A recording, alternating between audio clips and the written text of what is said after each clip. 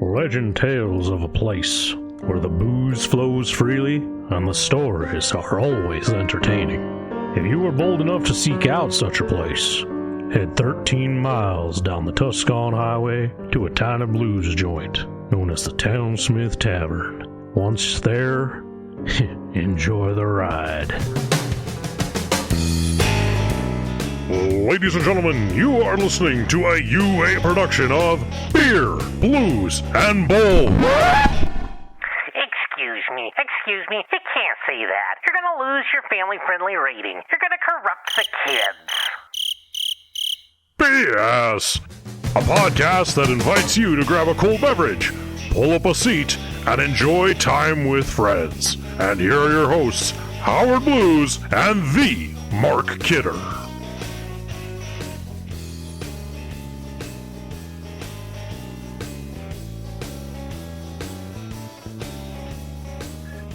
Good evening, ladies and gentlemen, and welcome to Beer, Blues, and BS, the podcast that is the answer to the question of life, the universe, and everything. I'm your host, Howard Blues, here, as always, with my co-host, the man, the myth, the legend, the Mark Kidder. Kidder, how you doing tonight? Hey, my brother. Doing okay. It's Friday night, and you know what that means. It's time for your good brothers to get together right here on this very program to not only drink some beer, raise some hell, share some BS, but have a damn good time. So, how the hell are you doing tonight? I'm doing fairly good. Well, had a good day today. I traveled. I was in Jamestown at the Stutsman County Courthouse, having a meeting with my site supervisor there. I mentioned it on the show several months ago now that I had taken over management of the courthouse, and unfortunately, because of all of the personnel issues and HR issues I've been dealing with, I haven't had a chance to go out there and have a meeting with my site supervisor out there. I try to do that with them and find out what their goals are, what are the projects they want to work on, and such, and just to get to know my the site supervisor, because while I've kind of interacted with him, I haven't done a lot. So this was a chance to kind of get to know him and kind of start building that relationship. But Kidder, you might notice there's a little bit different timbre to my voice. I could not stand to the idea of yet another road trip stuck listening to terrestrial radio. It's true. So, because my fleet vehicle had been plowed into its parking spot, and I was running a bit late because our daycare provider, my mother-in-law, is very sick, so she couldn't watch Junior. So I got a late start leaving. I decided, well, I'm not taking the fleet vehicle because I don't want to have to dig this out. So I took my vehicle. And as I was bailing on the idea of terrestrial radio, I looked and, hey, I found a CD in my car. I'm like, sweet, I will listen to tunes. So, Kidder, I jammed out to the very classic album from the Struts, their first album, Everybody Wants the Struts. Mm-hmm. And, man, I forgot how good of an album that was. So, I know I've talked about the Struts a little bit on the show, but for anybody out there, if you like good, fun rock and roll, I highly recommend you check out the Struts. They have quite the interesting history. They're a band from England, and they've been playing for years and just could not get anywhere in the UK. Nobody would play them on the radio. Nobody was interested in signing them for a record deal. They just couldn't build any traction, and they decided, you know what, if we're going to make it anywhere in the music business, we need to come to the United States. So they came to the United States just to give it a try. and have had great success. They managed to get on the radio. They have been the opening act for the Rolling Stones, for the Foo Fighters. So they have, built quite the street cred on that. But they love to put on fun, entertaining, have a good time show. You can find on YouTube, you can actually find their whole set from Lollapalooza a couple of years ago. And it's fantastic. All the stuff they're doing with the audience is just, phenomenal. They have a great stage presence. I mean, he was doing things like, trying to get everybody in. I mean, and he's even yelling like, "You in the beer tent. Yeah, you. I want to see you dancing too." Just trying to basically build an atmosphere of, we're here to have just an awesome time. And I love their music. It's fun. It's good. It's kind of a bit on the poppy side, but in a good rock and roll way. So if you haven't checked out the Struts, go give them a listen. Fantastic band. And basically I sang along kind of the whole way there. So hence voice like this, but enjoyed it enough. Kidder, I actually, when I got home tonight, I actually ordered, they have 2 other albums out. I ordered them both tonight. Awesome. So, hey, some future reviews of the Struts will be on this show once I get those and give them a good, proper listen through. But I will say, Kidder, on the drive back, the road conditions, if you're driving in the Jamestown area, man, it was whiteout conditions in parts. It was a little on the not great side. Dicey side. Yeah. I mean, really, it was just wind and blowing snow. A little bit of drifting on the interstate, but not a lot yet. Saw like 3 highway patrol cars on the way. So one having somebody pulled over, one sitting behind a car that was on the side of the road missing a tire, and one waiting to pull somebody over. But it was I mean, there was one really bad stretch, but really, I mean, if you just went slow and paid attention to the road, it was fine. But some winter driving on the way back. I saw that on their page. Number one, they're always out in those conditions, especially to make sure that people are found if they're in the ditch and stranded or whatnot, but also trying to keep people safe. And they posted a photo during one of those whiteout conditions days. They had stopped somebody on, I believe it was Highway 83, which is a 70 zone, where, just like what you experienced, near zero visibility, snow drifts, and ice on the roadway with compact snow. And about, I think it was 88 in a 70. So not only 18 over the speed limit, but also, driving like an idiot. So Kidder,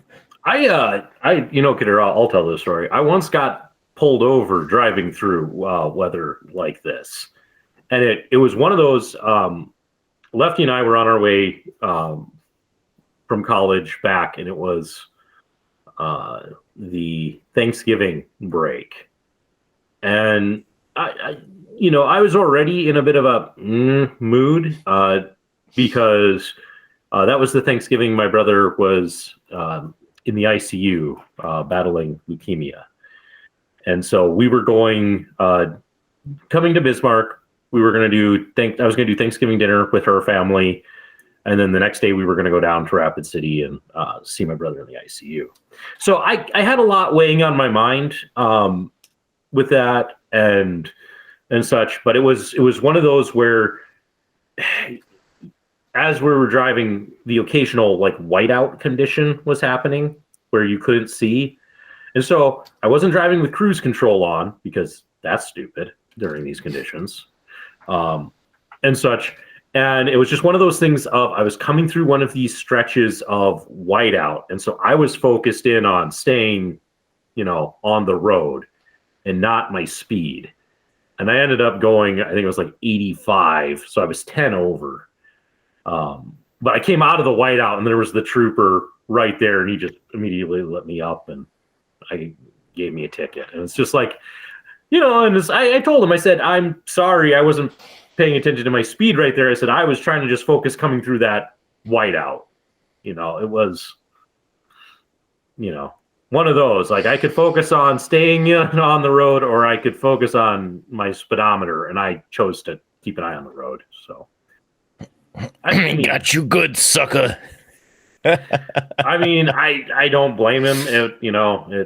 He's out there doing his job. I actually felt kind of worse for him because it's like you pulled me over for 10 over and now you're going to stand out there in the cold. Yeah. It's a good time. Yeah. Yeah. So, but I think we need to get to what's on tap, Kidder. But before we do, some breaking news.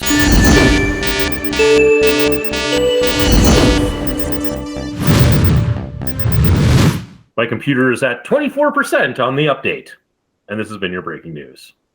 Now back to Kidder with what's on tap. Awesome. I was just going to mention I had to get my windshield replaced and had some other work done on my car. And I had a rental, which was essentially the exact same car and color that is my car. Odd. But terrestrial radio. Absolutely horrible. Okay, on to positivity. Let's open the fridge of majesticness. Okay, we got a few things in here still carrying over from the past weeks.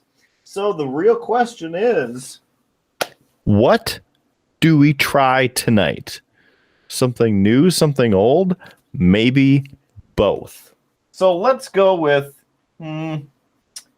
this one, since it's up on the top. Howard, have you tried this one? Have you tried this one? It is the Rogue Dreamland American Lager. I don't tend to drink a lot of stuff from Rogue. Not that they're a bad company or anything. I just haven't drank a lot from their brewery. So no, I have not tried it. Okay. So according to this, they are dedicated to do-it-yourself. It's the Rogue Dreamland American Lager. As I said, 12 full ounces in this here crazy can. A quick little note on the side is that it's 4.8% alcohol by volume, 14 on the IBU scale, and an SRM of 3.4. So there's also that. This is brewed by Rogue Ales in Newport, Oregon, who were established in 1988. Now, this beer right here, if it will focus, which I doubt it will because, I'm trying there. This beer was born from a dream to renovate our hometown skate park in Newport, Oregon, to give our community a safe and clean place to skate. The incredible people at Dreamland Skate Parks helped make our dream a reality, and with them, we want to help others realize theirs. So, we brewed Dreamland American Lager, a simple, crisp lager, from which a portion of the proceeds will go toward building skate parks around the world. Welcome to Dreamland. And on the back, they've got the crazy smoking skull, like they're trying to be all Steve Austin-like. So there's that. Dare, risk, dream here in the Dreamland. So let's open this and give it a shot, huh? All right. Popped it open. First smell is a little mix of hops and possibly some fruit in there. Maybe some water. Yep, there's definitely fruit in there. It's not killing me on the IPA side, which is nice. It is crisp, and you definitely taste the citrus. Lemony, maybe a little orange. Yeah, citrusy. So it is not like that Rogue, whatever I think you had way back in the day. That was some coffee something or other. Yeah, I don't know that I've had a Rogue on the show. So, yeah. I thought it was not on the show. This would have been like 10 years, 15 years ago. The chocolate mixed something or other, and it looked like it was a 40. Was that a Rogue product? It might have been. That was Voodoo Donut. That was one that my sister gave us or brought for Christmas for me, and I forced everybody to have a bit. But yeah, it was like chocolate, peanut butter, banana, if I recall. Yep, that sounds about right. I vaguely remember there being the Rogue text on it. So this one, though, not too bad. I will give it a 3 out of 5 in the first 4 sips here. Good. Well, Kidder, before I dive into mine, I would be remiss if I didn't mention that we have a sponsor for tonight's What's on Tap. What? Yeah. Somebody bought us a beer? Somebody bought us a round? They bought us a round of beers. Awesome. The sponsor for tonight's What's on Tap is Curtis D. Thanks, Curtis, for the round of beers. We greatly appreciate it, and we'll be glad to be drinking these beers for you. Kidder, I was doing some shopping, preparing for the Christmas feast, and just happened to decide to try a couple of liquor stores I haven't been in, and was perusing what they had in their, build a 6-pack collection. And I just I want to say, North Cashwise, I would give them an A. They had a very solid selection, wide variety. You can actually get Avalanche up there. Oh. So I wanted to tell you that. Build a 6-pack or a 12-pack or it was in their build a 6-pack section. There was one can of Avalanche. One can. I'm really doing a lot to build that 6-pack with one can. Well, you'd have to pick some other things with. But I'm saying we had mentioned that you couldn't get Avalanche around here. So there you go. Just in the sampler, which I picked up, even though I didn't want to because of the other beers in it. But yes, I have a Mountain Time Premium Lager, which will probably be my second beer tonight, as the Avalanche were kicking ass, which we'll talk about later. So I'll maybe bring this one out a little bit later. But you were saying. So they had a good selection, and I picked up a beer from that, and I'll get to that one because I saw it, and I'm like, have to. Captain Jack's Liquorland up by Dan's there. I also stopped in there to see what they had to offer. I'm going to give them more of like a D-. Ouch. It was a pretty pitiful selection of stuff. They had one or two, I think they had 3 things that I was like, well, that would be fun to have on the show. And then I sat there and agonized for 10 minutes, what do I finish filling this with? It's terrible. Yeah. Anyway, but from Cashwise, I found this wonderful Christmas IPA. I know it's not Christmas, but this is part of the whole punishing myself with seasonal beers.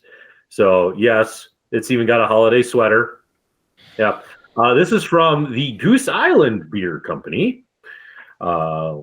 Some of the lovely stats on here. It is 38 IBUs, 7.5% alcohol per volume. And the only real tasting notes on it is that it is festively smooth. So we'll give this a crack. Oh, yep. This is a very citrusy IPA. Getting that citrus smell. Give it a lovely taste here.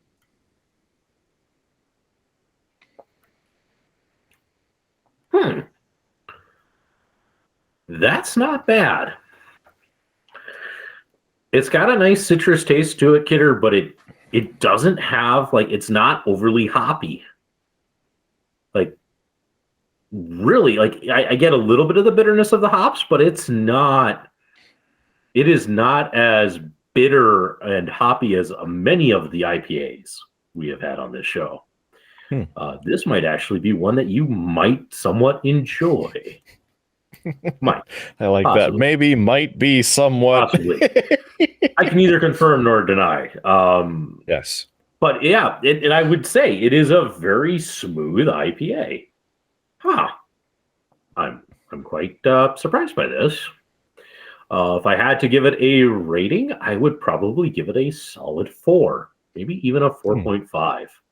Like, it's wow. Yeah, I mean, that's high for an IPA for sure. I mean, it is. It's I mean, listen, I mean, maybe if I'm a purist of IPAs, I might knock it because it's not like flannel, it's holiday sweater, you know, it's a little off brand, but overall, it's not bad. And I'm going to enjoy drinking this the rest. So once again, what are you tasting? And cheers. Well, yes. I was going to say, yes, once again, from Curtis, cheers, and thanks for the round.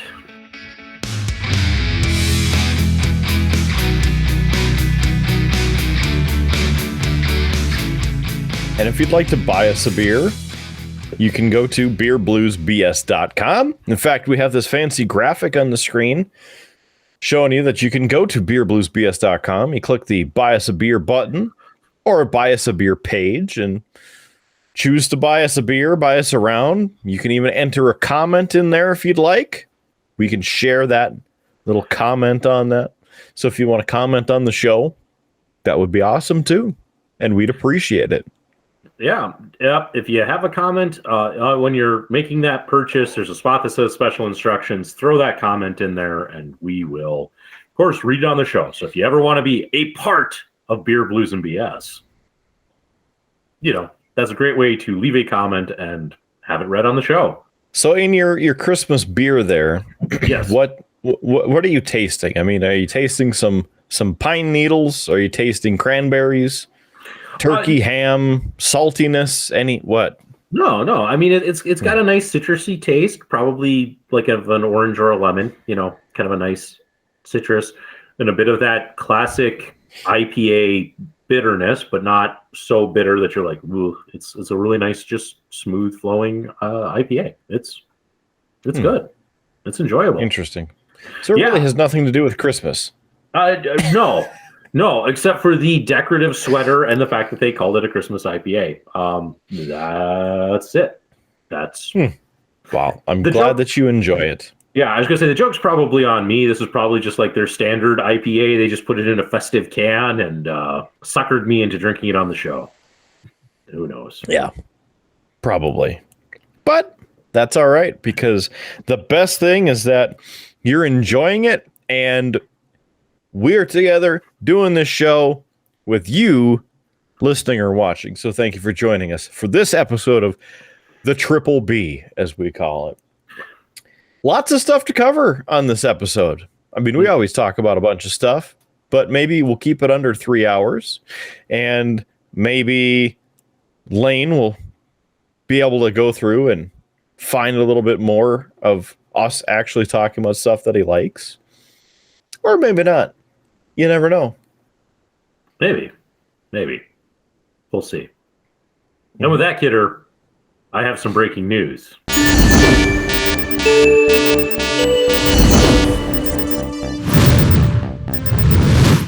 We're up to 26% on the update.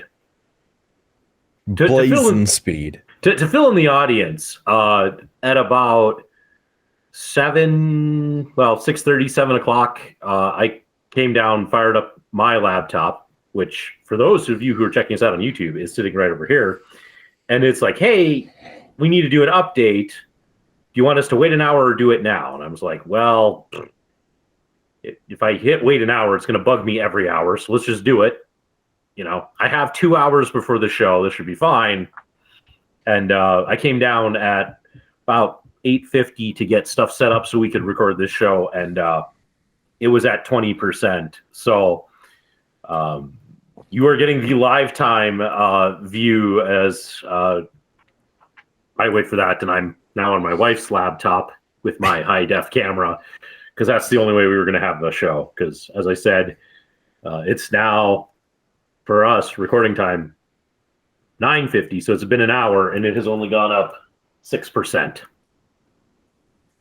Which is typically why it takes us so long to do anything with this show. But we also like to stall and delay too. So there's a bit of that. It's also why we, do so much with Call of Duty too. Yeah. Because you always update always required. Mm-hmm. Mm-hmm. And free beer tomorrow, but we'll get to that later. Yeah. But let's maybe get to a real update, a sports update. Kidder, we're still in hockey season. We should talk hockey. Yes, we should on the Triple B Sports Update.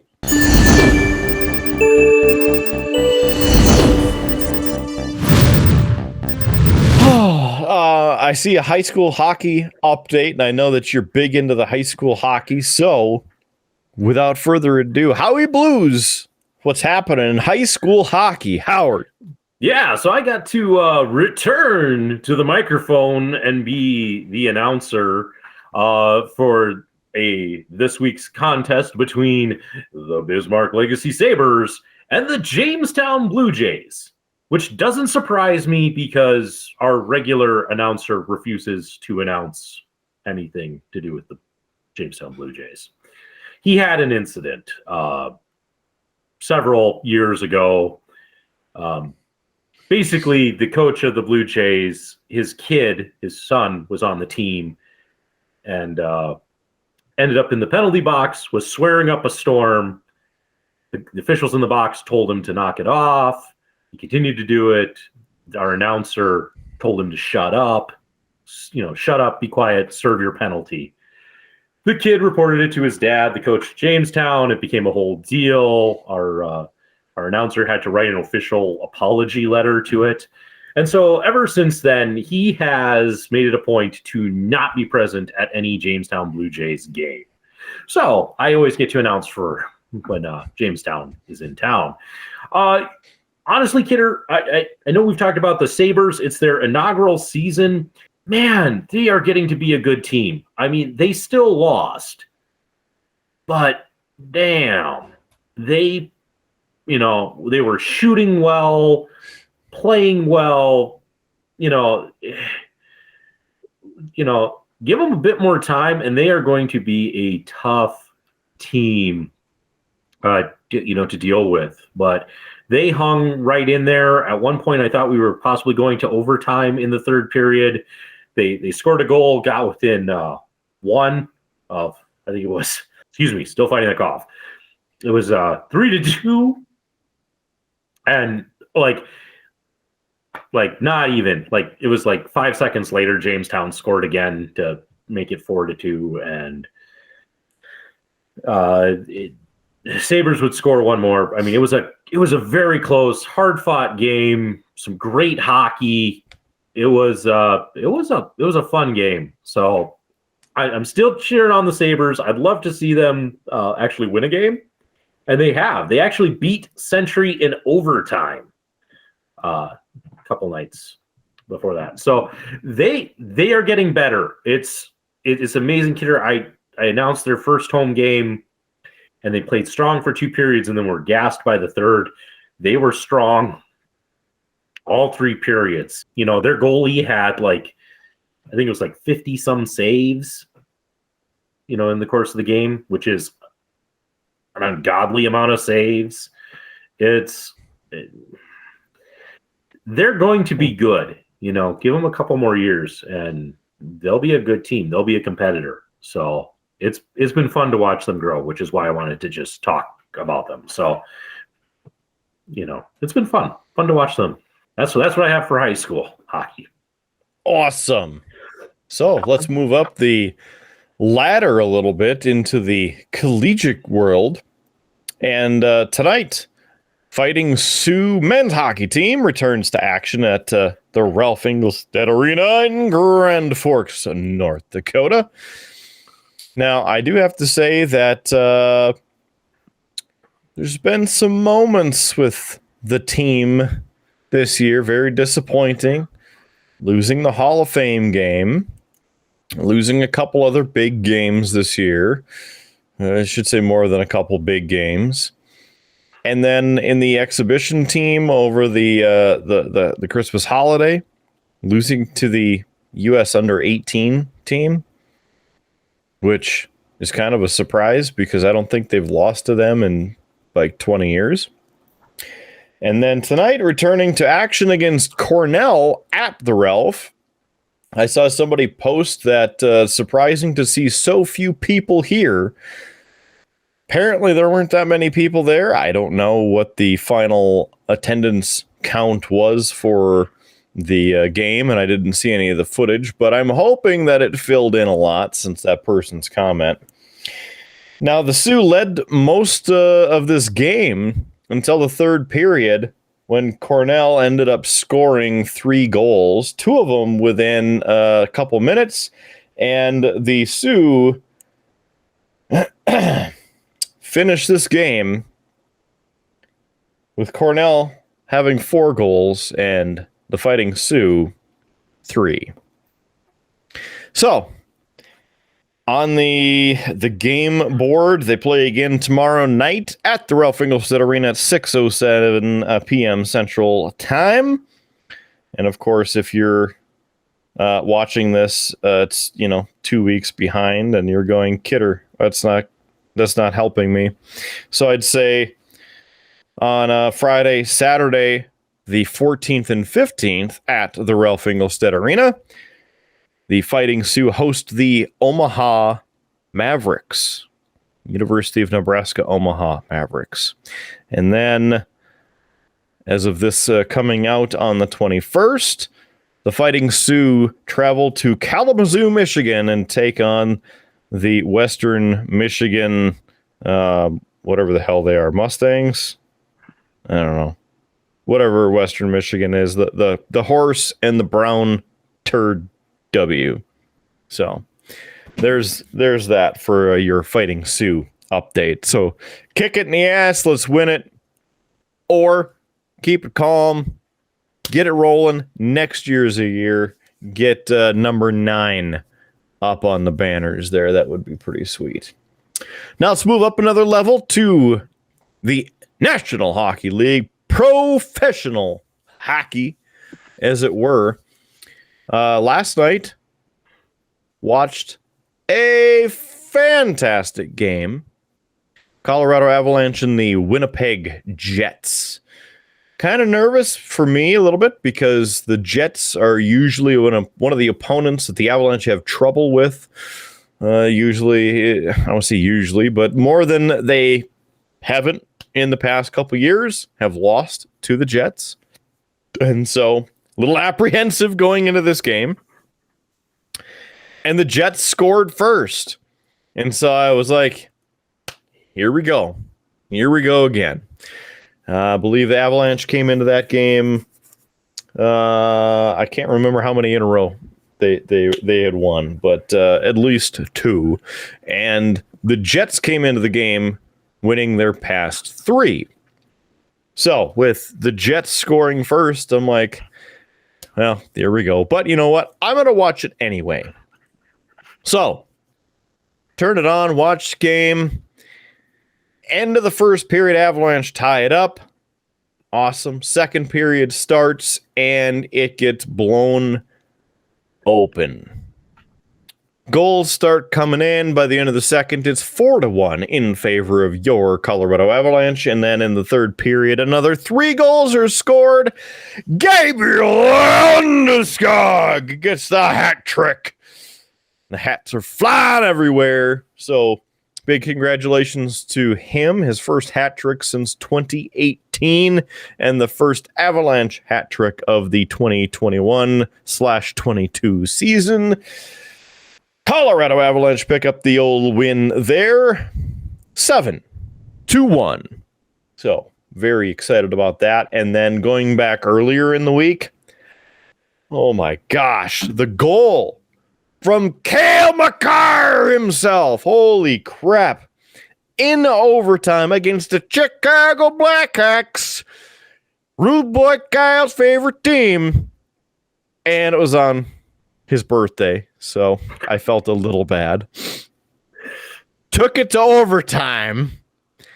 And oh my Lord, the goal. Cale Makar bringing it around the cage from the back end. He's got one of the defensemen on him. He's skating like he's going to come up to the blue line, make another lap. He stop, quick turn. He's going the opposite direction. Well, the dude that was on him is still going the other direction. Fake, fake, fake, fake, fake, fake. Whoop, pops it in. You can see the puck end over end right into the top of the net and boop, right in the back. Holy crap, what a goal. You watch the video and the 6 angles that they have from the arena. Absolutely amazing to watch. Check it out where you can, or maybe if future Howard's feeling ambitious. It's been playing the whole time and we just don't know. But I'm telling you, this goal, game winning goal of the year, just goal of the year, period. The goal is just mind-blowing. And I know, Howie, I don't think you got a chance to see this goal yet, but oh my Lord, it was sweet to see. As for tomorrow, Avalanche play the Toronto Maple Leafs in Colorado. And then the season continues on. And the NHL is not going to the Olympics because that whole COVID thing. So that is your hockey update right here on Beer, Blues, and BS. Howie, back to you. All right, Kidder. Well, hey, let's have another update on Howard's computer doing an update. Ooh, we're up to 29%, Kidder. We went up 2%.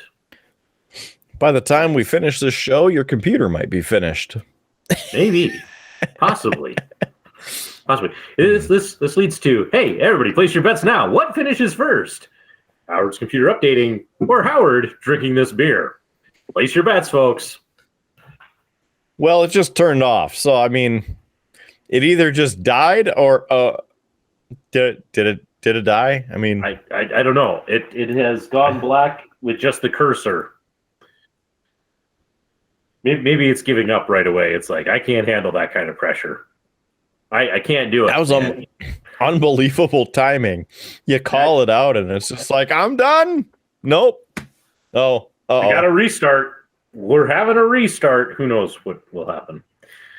This is thrilling, folks. This is like watching, Kidder mow grass. It's, I bet you're all on the edge of your seats on this. Okay. You did this, just so and you know. Now to bring the show back down to a more calm and level note, the Beer, Blues, and BS Good Brothers bring you an update on wrestling. Oh, that's what you want to do? Well, it's the next thing on the run sheet. I'm just going down the list. See, I was just gonna pull up some calming sensations here on the show. I was gonna do that just for you by doing this. Oh boy, he is pulling up the Lawn Mowing Simulator with the E. And that's the disappointing thing, because apparently you can't just share the game. So here you go.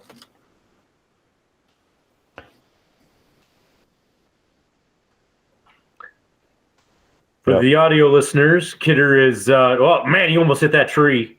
Oh, he's coming up on a right hand or a right angle turn around the tree. Is he going to go all the way around the tree and do it? No, he'll clear around that tree on the next pass.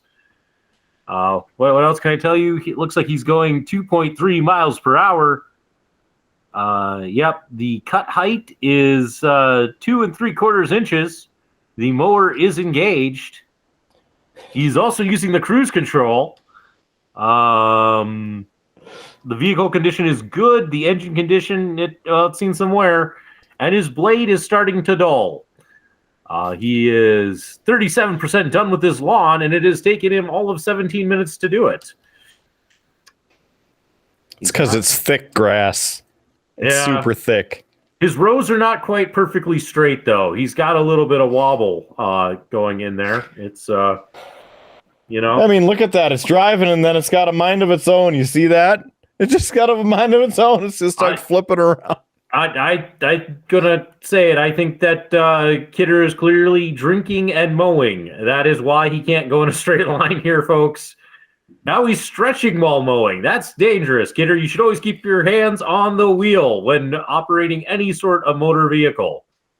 Yeah. You got to keep it at 3 and 6. I thought it was missed 10 the and spot 2. right here. Let's get that. Yeah, 10 and 2, 3 and 6. Whatever. Yeah. He's going. Yeah. He's got some wobble. Is that an apple tree or a peach tree? I couldn't tell. I don't know, but I bet somebody's going to make it into some sort of beer. Much to my chagrin. Fuel-wise, he's, what was that? Coming up on half a tank of fuel used. Okay, here about he goes. 2/3 left there, Howie. Okay, yeah.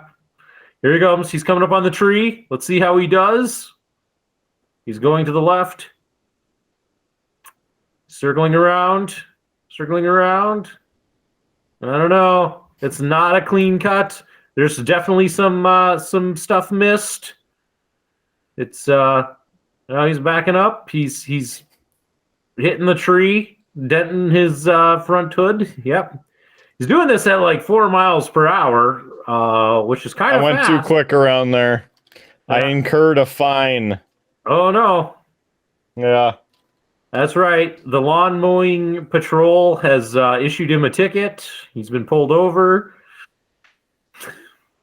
Here's the next tree. Oh, running that tire into it. That's gonna cost him with the judges there,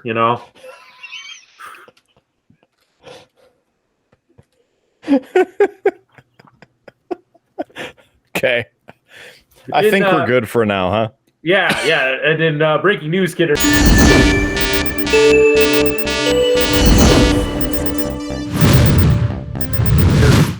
During my computer's reset, we moved up to 48%. So, yeah, there's a jump. I'm happy to help stall a little bit to give your computer a chance at beating this show finishing. Yeah. Almost done with that. Yes, this wasn't too bad. Like I would actually have a second one of this. Yeah. It makes you feel better, Kidder. I think I've made a bit of a mistake with this choice because my sacrificial, as you know, I had another one of these Shiner pecans, which has a 6% alcohol. So 6% alcohol followed by a 7.5% alcohol. I'm starting to feel it, Kidder. Howard's going to be happy the rest of the show. All right. And yes, it is Mountain Time, everybody.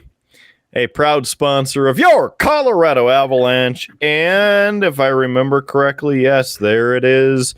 Right on the back, the Ball Corporation.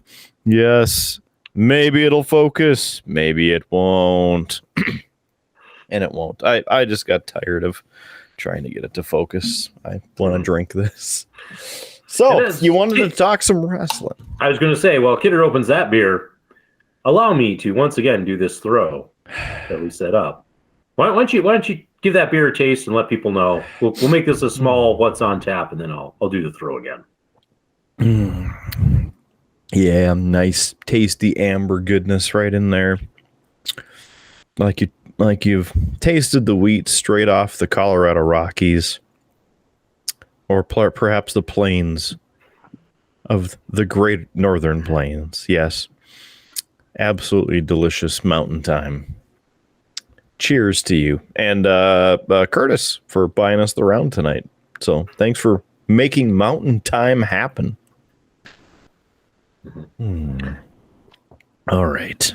And now, because we can't ever let a joke be done once, welcome back to Beer, Blues, and BS, a calming NPR-like show that is about to talk to you about the exciting and thrilling world of sports entertainment. That's right. This is your wrestling update. The WWE Purge Continues! Yes! One down, another one bites the dust. Get the hell out of here! Yes! WWE is getting rid of people faster than insert inappropriate joke here. So, what? Now Future Howard's got to come up with an inappropriate joke to insert there. You just gave him a direction. Maybe.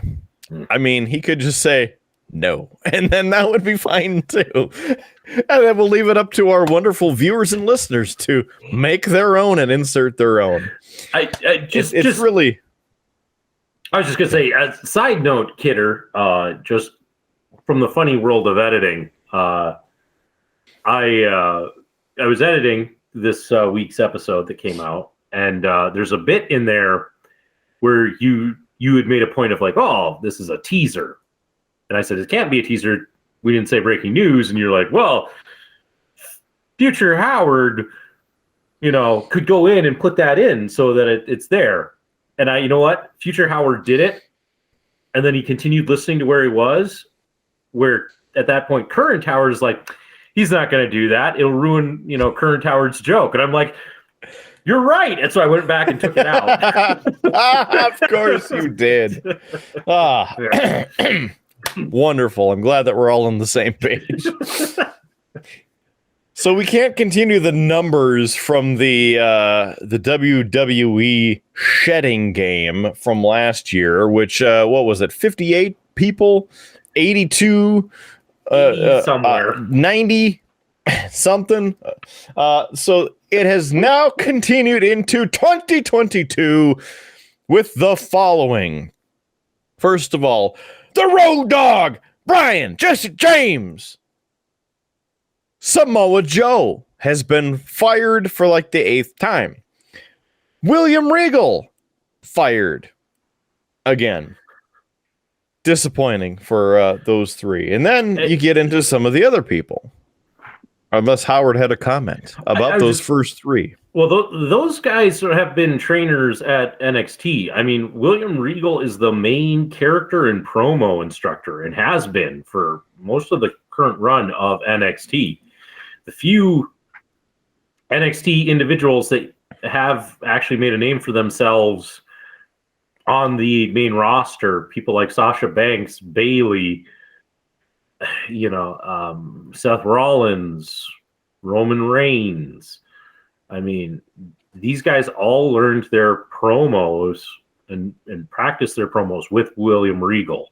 I mean, that's a huge loss on there and such. Jesse James was also a trainer, but these guys were all Triple H guys.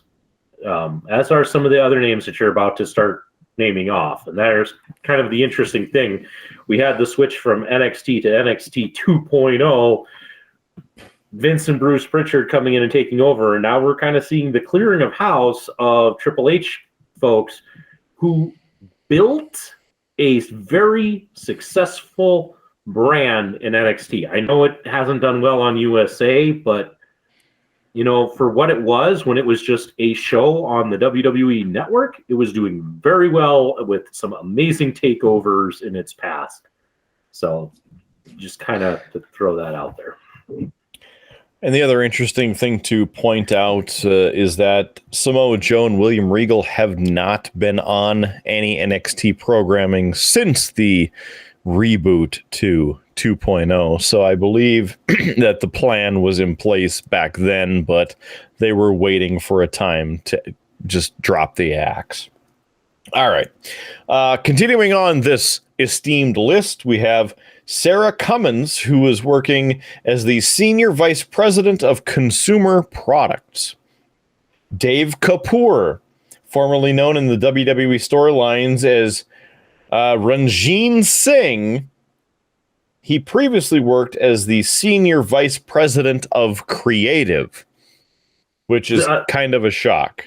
Next on the list, Ryan Katz, who is a longtime NXT creative producer. Scott Armstrong. I was pissed when I read this one because Scott Armstrong, he veteran pro wrestler, but he's been a referee for years. Just like some of the other referees WWE has let go over the years. And I mean, the question is why? You have familiar faces as referees where you could, if you wanted to, build storylines around because they've been there forever, but that's a whole side note. George Carroll, he was a producer and creative writer in NXT. Christopher Guy, formerly known as to pro wrestling fans as Ace Steel. He worked as a performance coach at the WWE Performance Center. And Gabe Sapolsky? Something?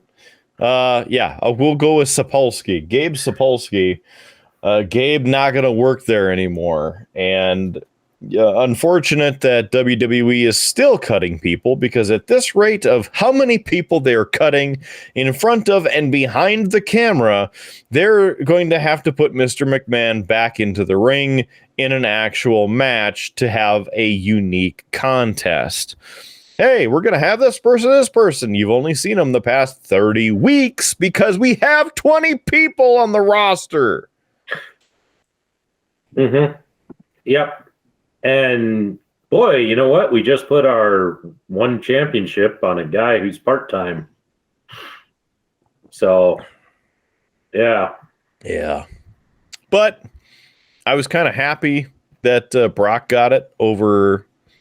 I mean, Big E should still have it, but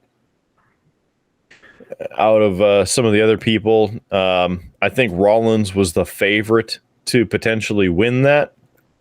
And I don't really see Rollins as being a champion at this point. I think he's just, playing the lunatic and just fighting people in the background. It doesn't need a title.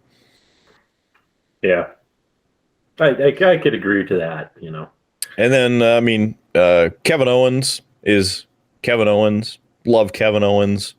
And he's really going back to, as we talked about before, the prize fighter of he's going to fight whoever he wants, whenever he wants, really, and kind of do what he wants. And he's got some great humor moments, again, built into his character. So would it be great to have him as a champion?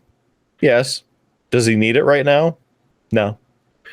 Yeah. I mean, yeah. Kevin Owens is just amazing.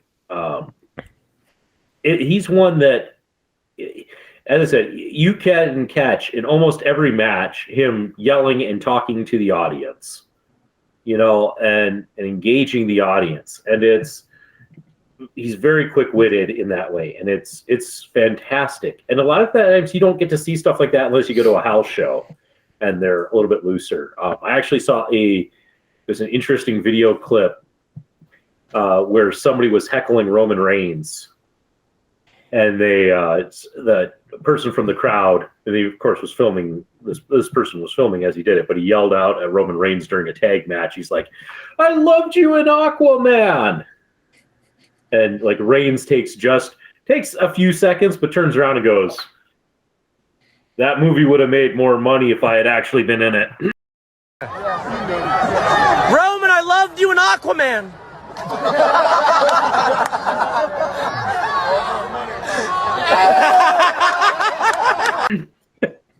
You know, which is a great line. You know, and a great heel line and all that. Kevin Owens is just a bit quicker on that sort of stuff, but he engages in it in any match, and I like him. I like the stuff he does. I like his matches. I mean, I'd have a hard time naming a bad Kevin Owens match, and I know I haven't seen all of the weekly TV, so there's probably some there, but on a pay-per-view, I'd have a hard time finding a bad Kevin Owens match. So he's part of why Roman Reigns has had such a successful championship reign. You had that set of 3 amazing matches between Kevin Owens and Roman Reigns and built it up. So he does not get, I think, the credit and the opportunities that he deserves, but he's fantastic. I agree. And with talking about all of that, on to the next thing, right? On to the next. It's WWE Royal Rumble. Let's get ready to rumble. It's Howard's favorite of the year. And having been at a Royal Rumble now 3 years ago, which is insane to think that it's already been 3 years, I enjoy the Royal Rumble as well. This year, they still haven't announced a lot of the participants. I happen to drop... Yes. I was going to say, while you were scrolling down, I'm kind of okay that they haven't announced a lot of participants. I'm kind of like, to me, that's a bit of a spoiler. I don't want to know who's in it. I just want to be surprised. So, yeah, I also like the who's coming out next. I don't care that you this or that, I would just like for a good show. Now, on the women's side, they've released 18 of the 30 spots. And having done so, they've released some interesting names that I feel would have been, as you just mentioned, a better surprise and a better pop to see them. They'll get a pop when they come out because it's still, I'm assuming, a shuffle as to when they will be entering the ring. But let me just go down the list. And for anybody who doesn't want to know, spoilers. Howard will put a lovely thing up here, or hey, I'll put it in the time code when the spoilers end. So if you don't want to hear, don't worry. Look in the show notes. I'll tell you when the spoilers end. You can click the skip to the next section or something like that when we talk about more wrestling. All right. So on the women's side, here are the 18 names that have been released so far. And I'm moving over far enough on the screen, so if Howard chooses to do something fancy, then Howard can do that. Or I'll just sit over here and look comfortable on this side of the screen. Rhea Ripley. Obvious choice, because they have, again, 10 women in the whole division. The next name on here, Lita. Could have been a huge surprise.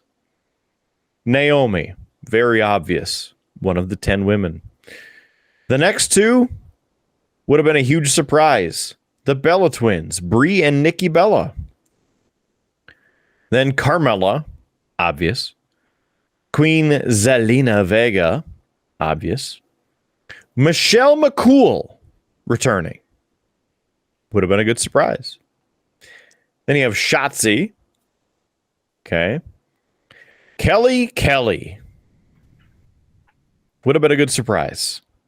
And then Dana Brooke, Tamina, obvious. Another good surprise, Summer Rae. She hasn't been in the ring in I don't know how many years now.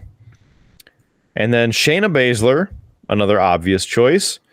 The next one you might get a surprise out of now. The Impact Women's Champion, Mickie James. Does that surprise you? That one was a surprise when I looked over it. Yeah. And then the last three, Natalya, Aaliyah, which I'm guessing she's on NXT. Yes. Guessing. And then Nikki ASH, the almost a superhero that should be a superhero by now because she's almost been one for long enough. That is the round out of the women's side that has been released as of now. Comments? I was just going to say, Kidder, the only theory I have on why they would put these names out there, even though I agree with you, some of these would have been big surprises, is that maybe they're afraid that they aren't going to attract an audience to this. And hey, if we put out some of these big names like the Bella Twins, people will be like, what? The Bella Twins are coming back? I have to tune in to the Royal Rumble. That's the only reason I could see why you do that. You know, it's kind of like in the, if you followed the Royal Rumble in all these years, I mean, there's always some that you just know that they advertise, they put it in the storyline, like The Rock has declared that he will be at the Royal, that he's going to participate in the Royal Rumble. You do that because if people are like, oh, The Rock's going to be there, or in the Royal Rumble. Okay, this has got a big match feel to it. So I get that point with some of them, but yeah, it'll be interesting to see, and it'll be interesting to see now if there is a bigger surprise or something there. Yeah. Hopefully it's a good one with larger surprises, just like you were saying there. On to the men's side of things, where only 6 of 30 compared to the 18 of 30 names have been released. First of all, you have... and just a side note, 2 of these are tag teams, so they kind of cheated when they were grabbing these names, in my opinion. So first of all, the Mysterios, Ray and Dominic. Then you have the Street Profits, Angelo Dawkins and Montez Ford joining in. And then Austin Theory and Johnny Knoxville. I'm guessing Austin Theory is in this because of his current... something with Mr. McMahon. It is bizarre, dude. It's Mr. McMahon's making fun of him and making lines about money or saving. Like, just bizarre. Whatever. And then, as we mentioned previously in our shows, Johnny Knoxville announced that he will be a participant in the 2022 Royal Rumble. So, there are the Rumble matches at Royal Rumble this year. The other match that was announced this evening was Seth freaking Rollins for the Universal Champion against Roman Reigns. So there's that. Kidder, I have made maybe the executive decision that from here on out, every time that you have to say Seth freaking Rollins, I'm going to play the beep sound effect. Even though it's not swearing.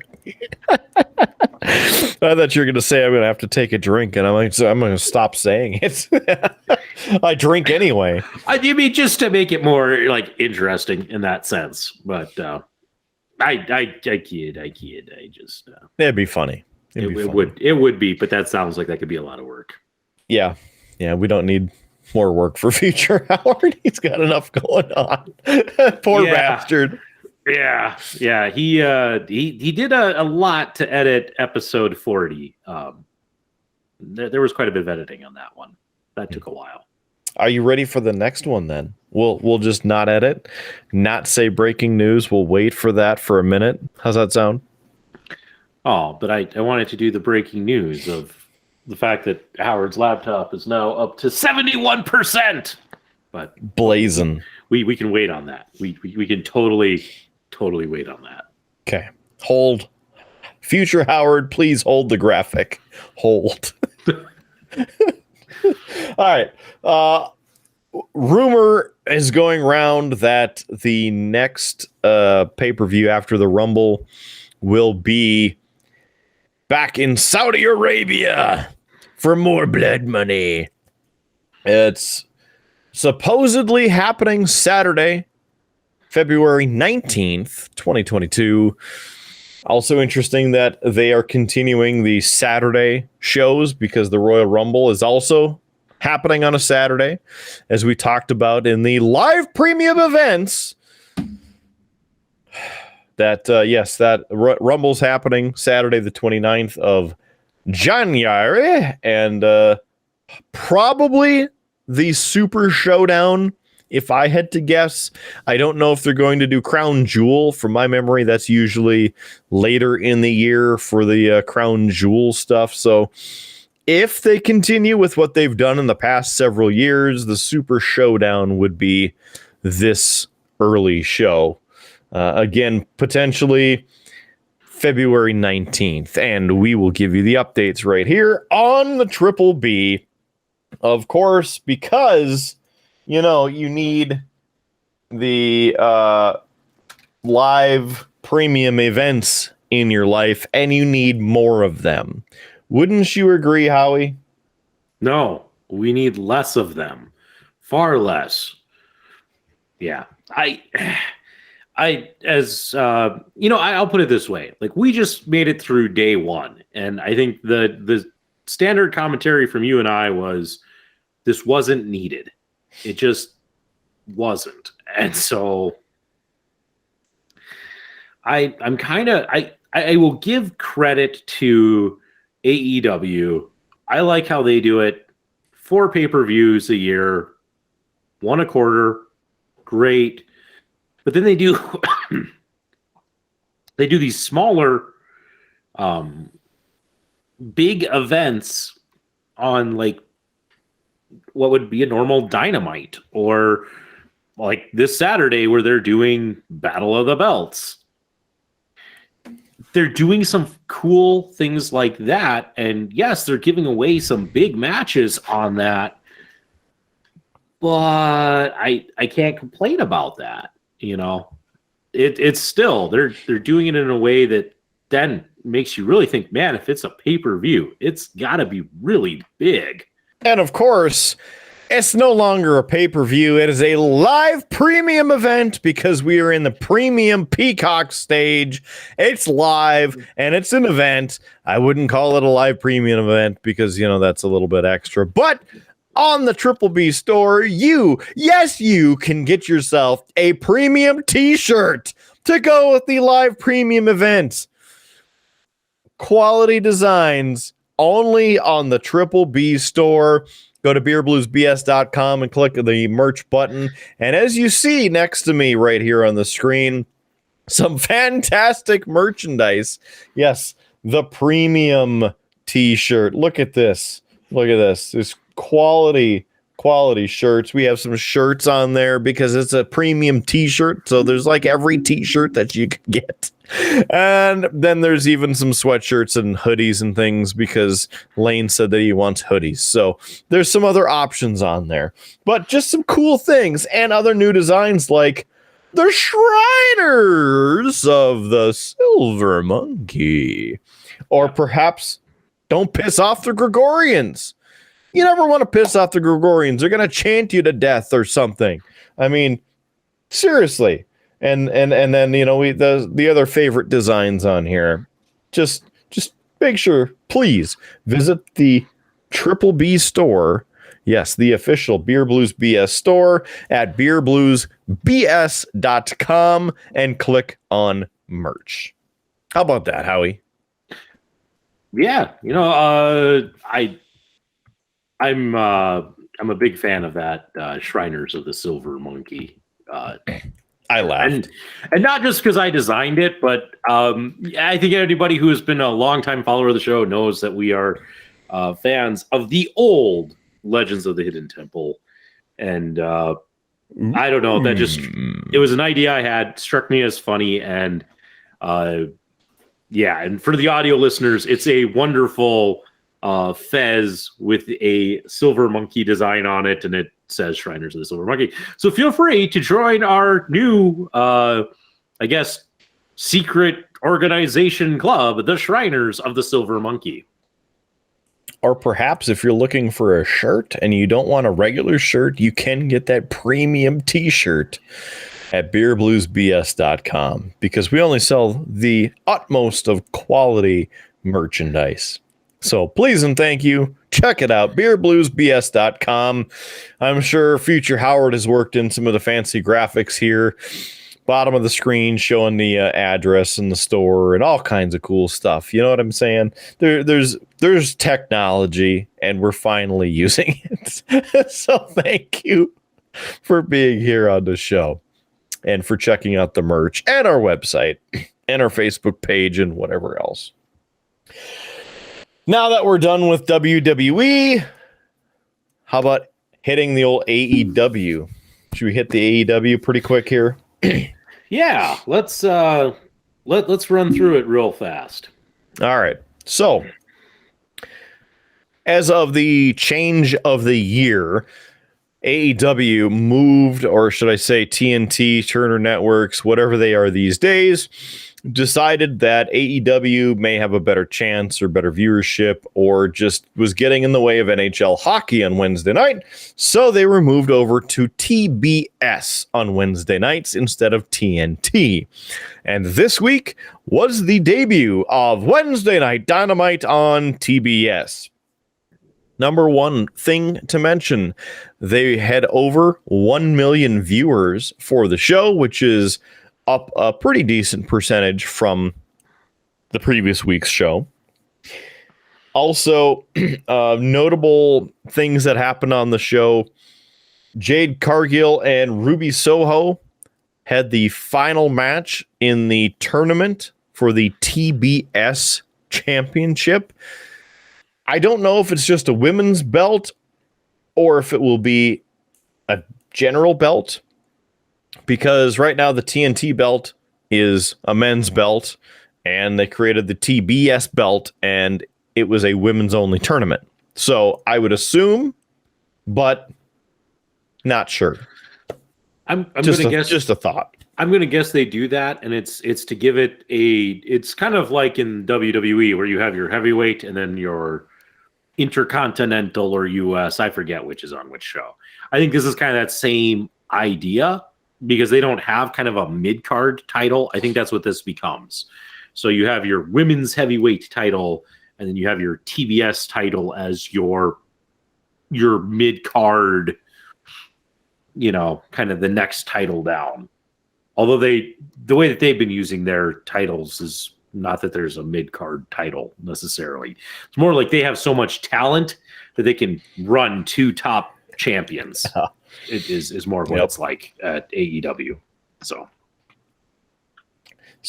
that match was pretty decent.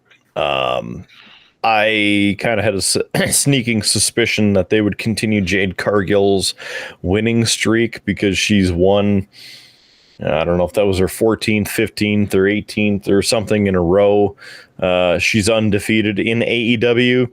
And Ruby Soho, I don't remember her record coming into that match, but I know she was, maybe one or two losses, or maybe none as a singles competitor. Either way, Jade Cargill's family was in the audience, and they showed them. Therefore, we knew that Jade Cargill would win the match. And yes, she is your TBS champion, the inaugural TBS champion. So congratulations to Jade Cargill on that, as she is completely ripped out of her mind. Other than that, something else to note, this show was a big show.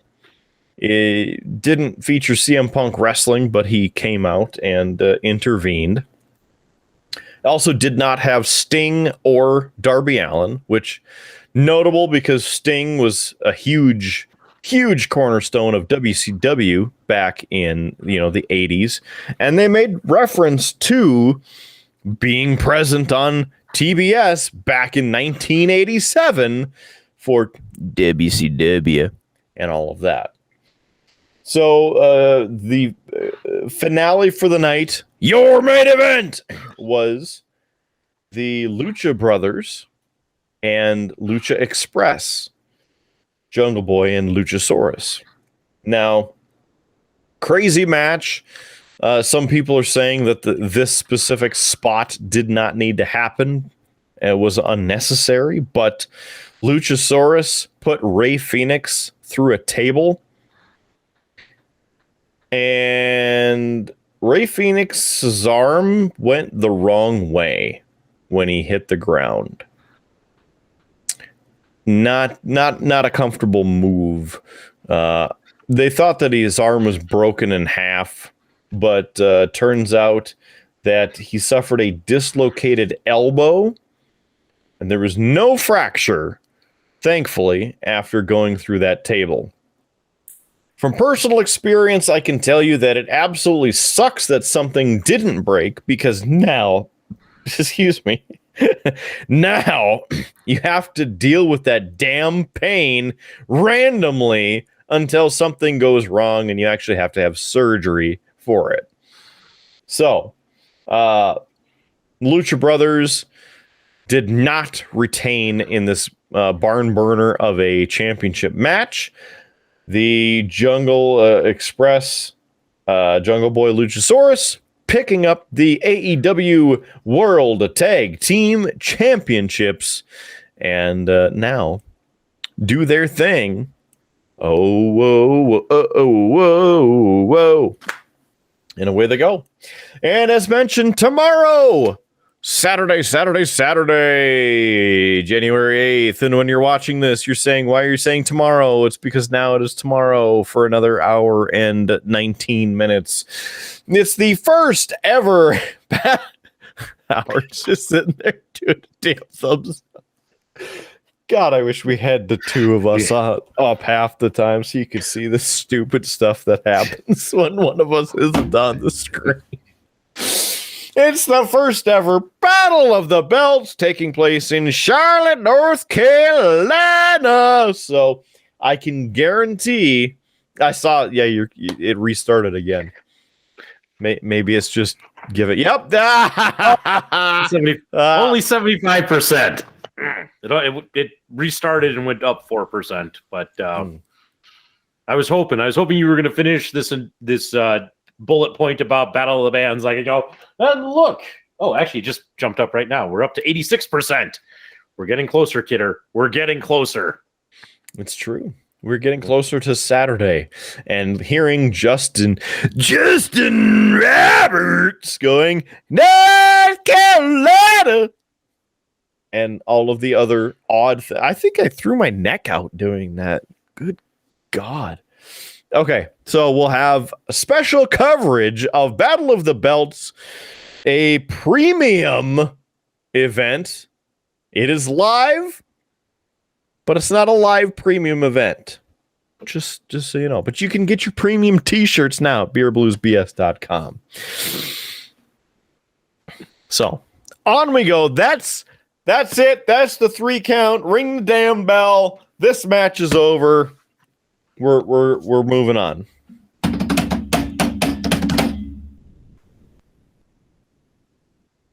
And Howard's dying slowly. I still, kidder, am not quite over this cough. It's getting better. It's getting a lot better, but it's hanging on. I think what you need to do is do a few Justin Roberts impressions. Just clear that out. Just North Carolina. Just do something. Just you give him way more emphasis. I mean, he is. As I think I've said with Justin Roberts, it's much more of a sleazy announcement, It's much more of like he's trying to be cool, So it's that coming into the ring in North Carolina. I mean, it's that he doesn't put the emphasis on it. It's not like when I announce and we, I bring the voice down and I build it up to do, the. Ladies and gentlemen, boys and girls, welcome to the VFW Sports Arena for tonight's contest between the Jamestown Blue Jays and your Bismarck Legacy Sabres. I mean, it's it's a build thing. Mhm. Anyway, Kidder, I have a controversy for you. Well, it's not so much a controversy, but More? You mean the Triple B is getting back into the investigations business, sharing controversies? yes, as longtime listeners know, I enjoy a good bit of controversy and controversial issues. And I read an article, Kidder, and I know we are not a football podcast. We don't tend to talk about football, although we did get a comment on one video that our numbers would shoot through the roof if we had a certain individual on and we allowed him to talk about the Packers. Yeah, I don't think that's going to happen. But anyway, I saw this article, I started reading it, and I just thought I should share this because this is actually something that could pertain to other sports, like our beloved hockey. There is a class action lawsuit against the NFL, and it's got a lot of points to it. And I found this article. It's by Jay Busby of Yahoo Sports, and he kind of brought out the biggest points of this lawsuit. But it's the lawyer representing it. I'm trying to find his name here quick. In the article, it's Surero is the name.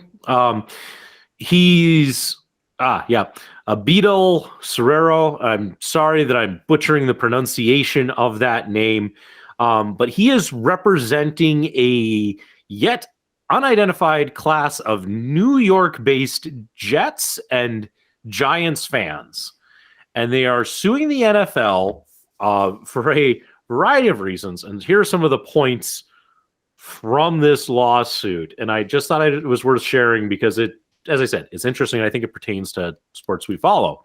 But issue listed number 23, many NFL fans who attend Giants or Jets games for the first time are unaware that these teams play out of state. If you didn't know, these two teams both actually play in New Jersey. So even though they are the New York Giants and the New York Jets, you have to go to New Jersey to actually see a game. Are you saying that it's a Jersey thing? Yeah. Point number 24, many NFL fans would not attend live games of Jets or the Giants if they were warned in advance that they play in the state of New Jersey. You can see why I had to talk about this. Point number 26. The NFL engages in this practice with other popular franchises, including the Dallas Cowboys, who play in Arlington, Texas, the Washington football team, who play in Landover, Maryland, and the San Francisco 49ers, who play in Santa Clara, California. This also kind of reminds me of like the WWE and having certain towns they don't want to say, like you can't say that, Raw coming to you live from Charlotte, North Carolina. You can't say that, This is kind of that same way, except they've just kind of gone to the next biggest city. Let's see. Point 34. It is therefore clear that defendants have intentionally advertised and branded the Giants and Jets falsely to increase their gross revenue and value of their franchise at the expense and to the detriment of plaintiff and the class, the state and city of New York, and millions of NFL fans. Because, if it's got New York in it, I'm so buying it. For a second, I thought you were going to say that you're so soiled. I was like, hold on. I mean, you don't have to hate them that much. Yeah. Let's continue here. Point 39. The plaintiff and the class of Giants and Jets fans must travel out of state to watch live Giants and Jets games with round trip times taking an average of 4 hours or more on game day at a very high cost, either by way of public transportation or motor vehicle. You mean kind of like the high cost for us if we wanted to go to an NHL game for our favorite team that would include either a 14 to 16 hour road trip in a vehicle or a flight of multiple hours and hundreds of dollars versus a $12 bus fare. It's I can understand it to a sense of like if we had traveled, say, to Denver, right? And it's like, hey, we're in Denver, we're gonna go see an Avs game, and it's like, well, technically the Avs actually play in Colorado Springs, and we'd have to figure out how to get there. Like, I can understand that to a sense, but I mean, it's kind of one of those things. Like, if you were gonna go to a Giants game, I think you would look up this stuff beforehand. It continues because they continue to harp about the cost of this. So point 42, car service after games from MetLife Stadium to New York City, whether by Uber, Lyft, or taxi, costs $125 or more. Many drivers load their cars with multiple couples and groups so they can charge $400 or more per ride after a game. Just as a quick point, and I know you remember, but for those watching or listening, they may not know or remember that when I went to this event in Minneapolis, Full Gear, the AEW show at Target Center, ran into the same thing that they're complaining about because there aren't enough drivers. The Uber and Lyft prices were over $130 for a ride for two people. And they weren't doing, as far as I know, any multiple people in one, vehicle going to different destinations. But we stayed quite a ways away from Target Center. We didn't stay in downtown Minneapolis. We were down by Mall of America. That was a half an hour ride. So is what it is, right? You want to go to the events, you kind of have to pay to play. That's just how it goes. You're not in Bismarck where you can drive, park a block down for free, walk your happy butt up to the arena, and then fork over the $25 for a ticket, something. I don't know. It just seems like a bunch of unnecessary whining. Oh, you think this is unnecessarily whining? Here's the next point, kidder. Point 49, and remember, this is a lawsuit against the NFL. Point 49, public transportation from the city and state of New York to MetLife Stadium in New Jersey uses a haphazard system of subways, trains, and buses, together with extensive periods of walking and stairs to transport plaintiff and the class of NFL Giants and Jets fans from the city and state of New York to East Rutherford, New Jersey, where the New York Giants and Jets play all home games. So basically it's like, hey, New York, hey, New Jersey, your subway and public transportation sucks. So I'm going to sue the NFL over it. It makes perfect sense. Why not?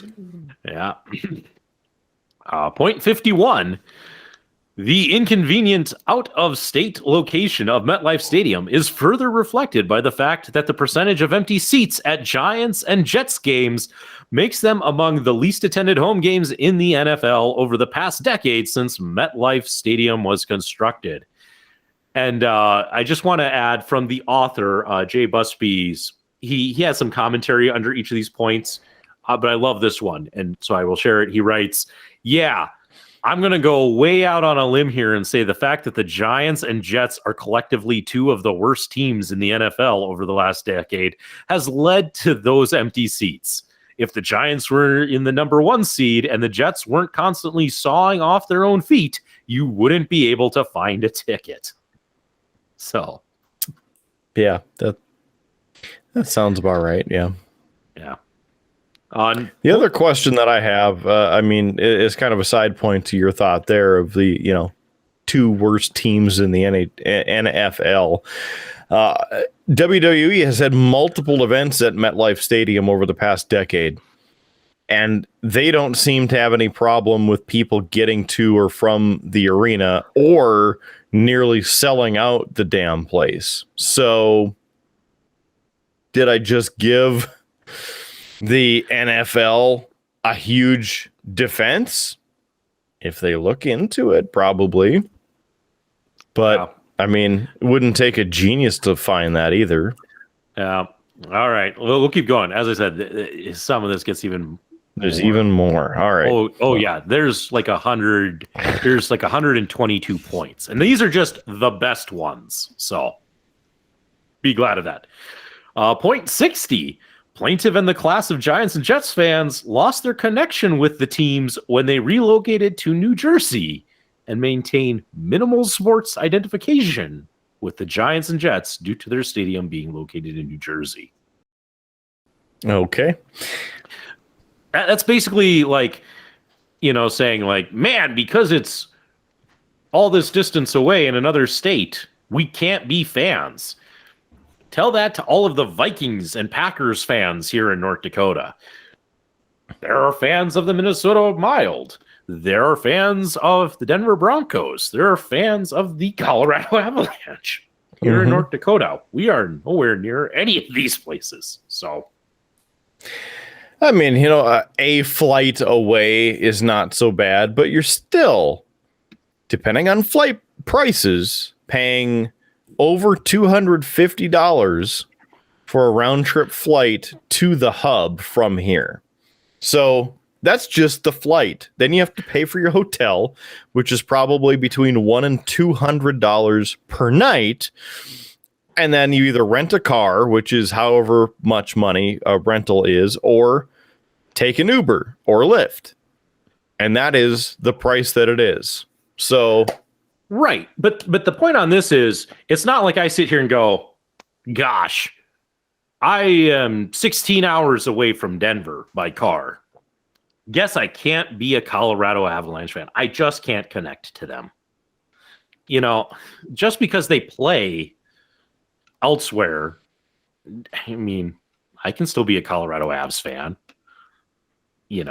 I still identify as that, even though it's way over there. It would be like me saying, I can no longer cheer on our University of North Dakota Fighting Sioux because I no longer live in Grand Forks. Oh. Yeah. Here's a travesty, but yeah. Here's one of my better ones, Kidder. This one made me chuckle when I read it. Point 62. As Giants and Jets fans, plaintiff and the class are insulted, ridiculed, harassed, tormented, and bullied by NFL fans around the United States due to the affiliation of the Giants and Jets with the state of New York rather than their true home of New Jersey. And again, Jay Busby puts a great comment on here. He says, geographic location isn't why Jets and Giants fans are ridiculed.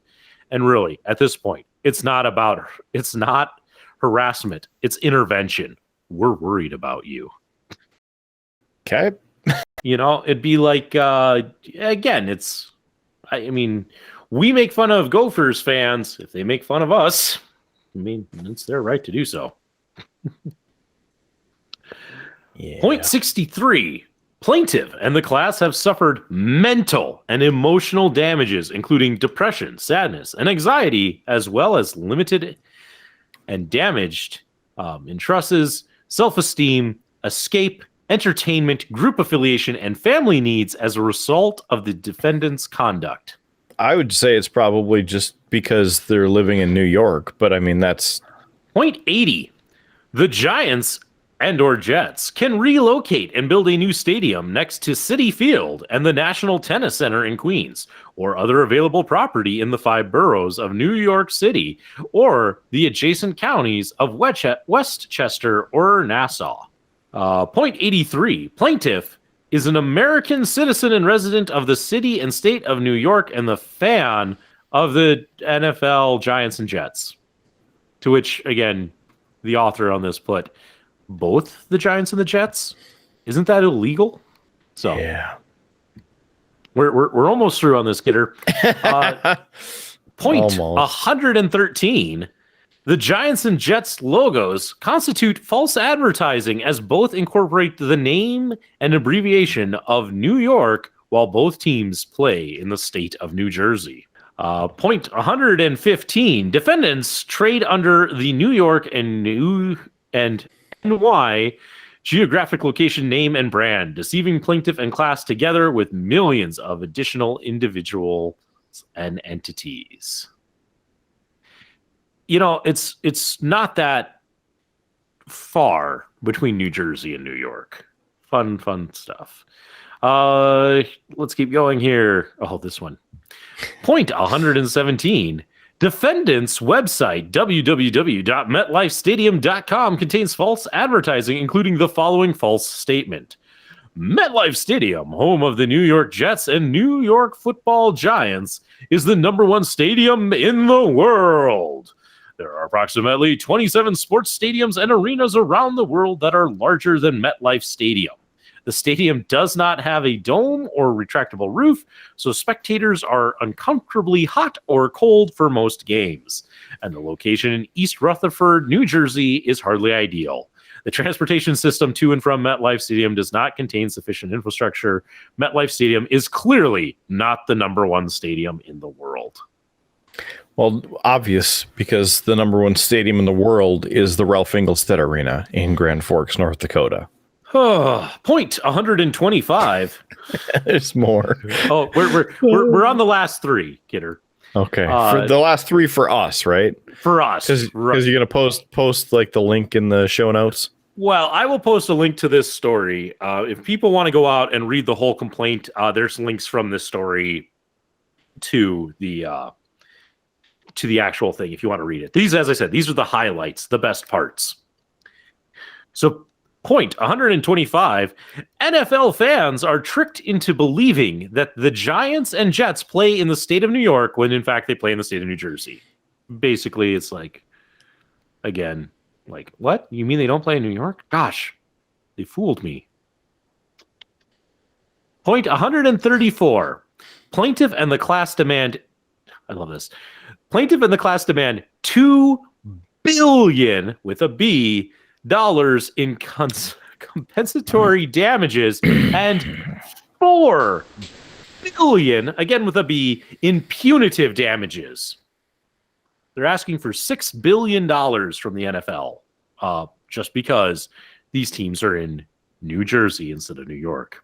It's just unbelievable. Unbelievable. Yeah. The things that are allowed to continue as like a lawsuit and go forward.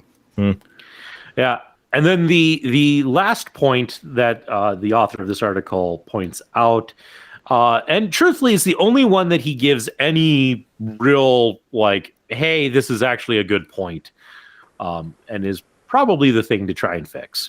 It's point 122. Plaintiff and the class demand that the Giants and Jets remove the New York and NY designation from their name and merchandise until they return to the state of New York. Okay, yeah, that's fine. You know, I can see that. You know, you should actually have your, you know, if you're the New York Giants, you should actually probably be in New York. You know, Yeah. You know, it would be the same as if you said, you know, ladies and gentlemen, you're, you know, Bismarck, North Dakota, fighting Sioux. I mean, it's just like, yeah, okay, I get that. It's, you know, it makes sense. It makes sense. I think, though, with some of these, you have to remember, you know, that you end up building in the suburbs because that's where you have land. And so, of course, you're always going to name the bigger city, you know. Kidder, when you travel down to the Twin Cities, you know, you would say, if you weren't saying the Twin Cities, you'd say, you know, like Minneapolis or St. Paul. You wouldn't say, I'm going down to Maple Grove or Bloomington. You know, Yeah. You know, it just makes sense. So I wanted to share that. As I said, I thought it was an interesting controversy that they're being sued over, and it is something that could affect, you know, teams in other sports. I mean, if these guys were to be successful, which I don't think they will be because some of this stuff is just ridiculous. But if they were to be successful, I mean, you could see, you know, teams in baseball, hockey, maybe basketball. Well, nobody cares about basketball. You know, having to change their branding so that they don't have to, you know, face similar lawsuits. So it's interesting. So that is your NFL controversy. Enjoy. If I hear more, I'll let you know. But I just had to Thank you for bringing that to our attention, Howard, because like I said, we love a good controversy here on this wonderful program, Beer Blues BS. And Kidder, I have breaking news.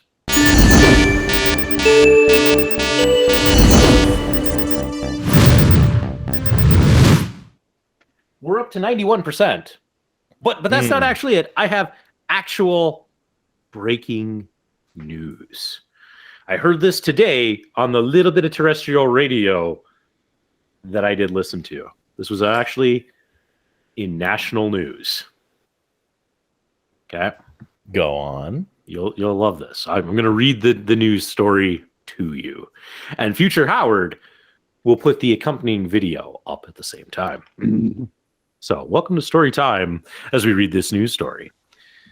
Newberry Township, Pennsylvania. Police officers were surprised when they found a live deer in the trunk of a car during a traffic stop in Newberry Township on Thursday. According to a Crime Watch report, Newberry Township police officers stopped the vehicle at around midnight. Officers suspected the driver of being under the influence, then noticed a live animal in the back of the car.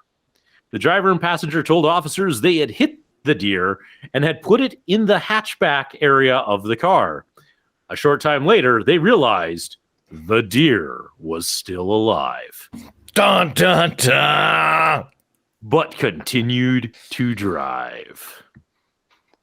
Police had the passenger, a 21-year-old man, release the deer from the car. The driver, a 19-year-old woman, was arrested as part of the DUI investigation. So, there you go. Some actual news. This was on, as I said, as part of the national news update while I was listening to terrestrial radio. Live deer found in car. My God, it is a slow day in news today. Don't drink and drive, friends. Don't drink and hunt, friends. Don't combine either of them, because that's even worse of a day. Clearly, especially in the state of Pennsylvania. Yeah.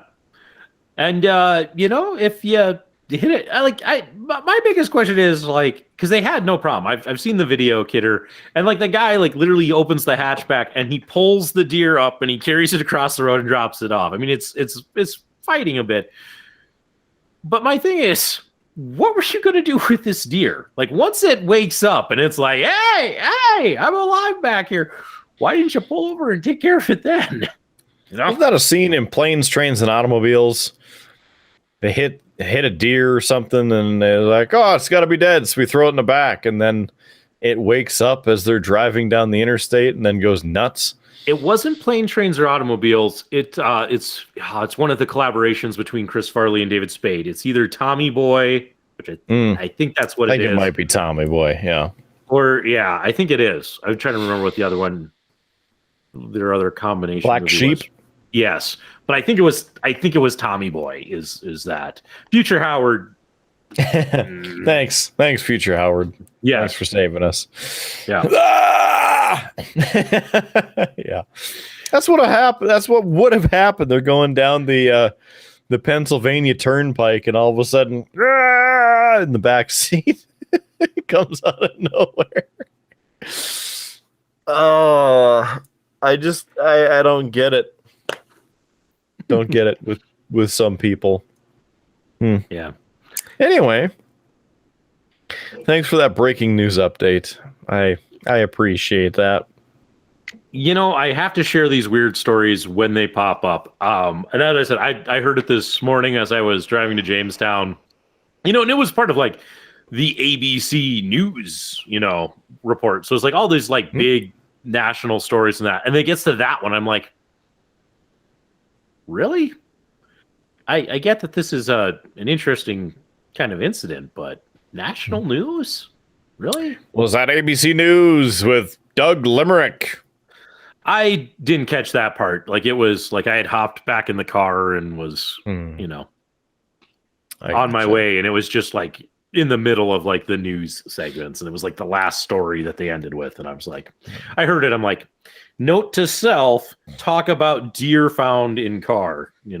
And If somebody famous had passed away, they would have mentioned it on the show, and so dead. Well, you mentioned that, but what's his who was it? Sidney Poitier died today at age 94, and I butchered his last name. I've been drinking, so.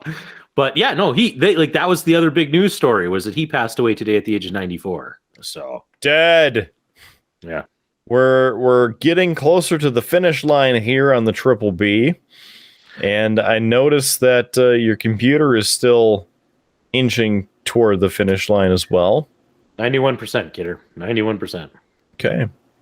So what else you got for us? What kind of good news do you have for these good brothers? Well, I know I've been doing a lot of reading on this episode, kidder, but it's just been a very reading heavy day. But I have something else to read to you.